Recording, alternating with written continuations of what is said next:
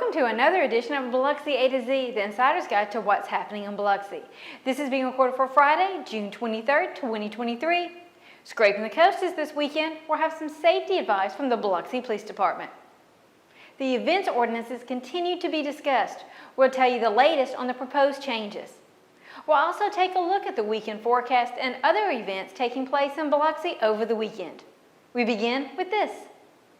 Joining me now is Captain Everett with the Biloxi Police Department. Thanks for joining us today. My pleasure. Yeah, I know you're always busy. There's always something going on in the police department, but this weekend we have a big event, Scraping the Coast. So there's a lot going on that people need to know about. Of course, there's going to be a lot of people traveling along Highway 90, spectating along Highway 90. What are some important things that people need to know? Just safety. We want to remind everybody to be safe. Any big events like this, you see an increase in vehicle traffic, pedestrian traffic, and you're going to have that group that is just annoyed, that don't want to be there, want to get out of traffic, so they're going to be in a hurry trying to get to where they're trying to go, or at least try to get out of traffic. So we just want to preach safety, safety, safety. True, that's important. Well, with a lot of traffic being on Highway 90, the police department has a plan in place to help traffic move smoothly when needed. Right. We take any available resource and we put it out there along Highway 90. It does a couple things for us. One, it gives us an opportunity to kind of override any type of traffic lights or implement other strategies as needed to kind of help the flow of traffic. But at the same time, if something should come up and we have to deal with it, it gives us officers there to kind of deal with those problems as we need to. And what have you seen of this event in the past? Well, it looks like it's growing. Yeah. It started out, I can remember many years ago, it was kind of like your average event. You know, it wasn't too big, wasn't too small, but as the years pass, it's just growing and growing. And so it's just one of those things where people want to come out, especially we're past COVID a little bit, and they want to start back enjoying themselves. And we expect this one to be bigger than it was last year. So. Yep. And are we going to see those cones out on Highway 90? Oh, absolutely. Those are our friends. So we'll start. The early Friday morning of the event, day one of the event, we'll start putting cones out about 3 o'clock that morning. And you'll see that from all the way from DeBees Road back east to Rodenberg Avenue, and then Rodenberg Avenue west back to DeBees Road. And those are there for the traffic plan that's only implemented if needed? Absolutely. So if we get to a point where we have to implement it and traffic's at a standstill and we need to allow emergency responders to be able to get to and from places as they need to go in the midst of, the event and people's trying to enjoy themselves. We still have to provide a service to our residents or any other visitors that are in need, whether it's medical wise or whether they need law enforcement there for another reason. So having that emergency lane in place gives us an opportunity to kind of flow freely and get to and from. And what's some advice for spectators? Because usually they are all along the beach watching and then traveling around the beach and Highway 90. Right. Well, we want our spectators, one, to stay out of the road. Again, we back to this whole safety element. Stay out of the road. We don't want people encouraging burnouts or doing anything like that. We've seen in years past people want to get close to the highway and get those great shots or great photos, and we don't want anything like that. At any moment, you could have some type of mishap with a vehicle, which would directly put them in danger. So they need to cross at lighted intersections and, of course, obey police that are out there, of course, because you're out there again to make sure that they're safe, right? Yes, ma'am. That's it. Just pay attention. We'll have any officers that you see, we'll have them equipped to deal with whatever situation is needed. But if you have questions, concerns, please feel free to ask.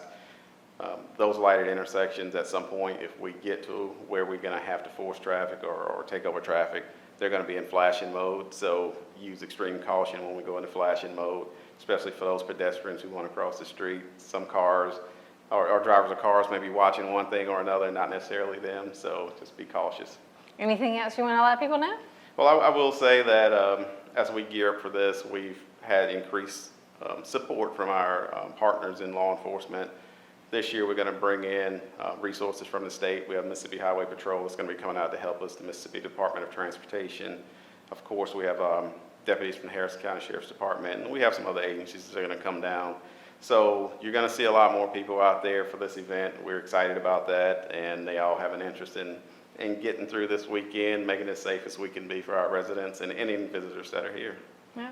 All right, well, as you heard, as Captain Everett said, it's expected to be a big event. You know, want everybody to come out and have fun. Of course, you know, Biloxi, we have great beaches, we have great entertainment, so we just want everybody to be safe and enjoy a great Scraping the Coast weekend. The Biloxi City Council had a regularly scheduled meeting on Tuesday at 1:30 p.m. at Biloxi City Hall. That meeting was followed by a special called meeting where proposed changes to the event's ordinances were discussed. Questions were asked for clarification on items such as advertising, enforcement, vacant property, and permitting. No action was taken at the meeting. Both meetings were recorded and may be viewed online at biloxi.ms.us and by clicking here and clicking here.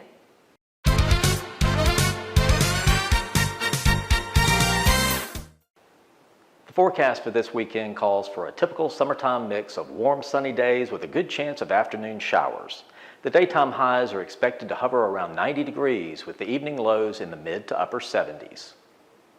Well, it's Fireworks Friday at Shuckers Stadium with the fireworks show immediately following the game tonight. Then the Biloxi Shuckers play themed games with the Chattanooga Lookouts both Saturday and Sunday evening. The Special Needs Red, White, and Blue Dance is tonight from 6 to 9 at the Donald M. Snyder Community Center located at 2520 Pass Road.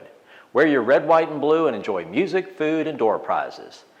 This free event is open to all physically and mentally challenged children and adults and their parents or guardians. Hundreds of hot rods converge on Biloxi for Scraping the Coast. This event includes a car and truck show, vendors, live bands, airbag and stereo competitions, and more. Registration opens Friday 9 a.m. till 5 p.m. and Saturday 7 a.m. till 6 p.m. at the Mississippi Coast Coliseum. Stand-up comedian Andy Jeselnik, host of Comedy Central's Good Talk and the Jeselnik Offensive, is hitting the road this summer for his Bones and All tour. Anthony Jeselnik performs Saturday night at the Beau Rivage Resort.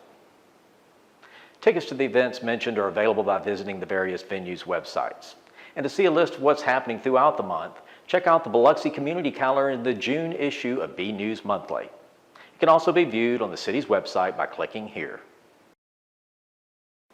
We leave you today from Biloxi's signature landmark. The stately iron structure remains a beacon of light for Biloxi and a testament of resilience. Have a great weekend, and we'll see you again next week.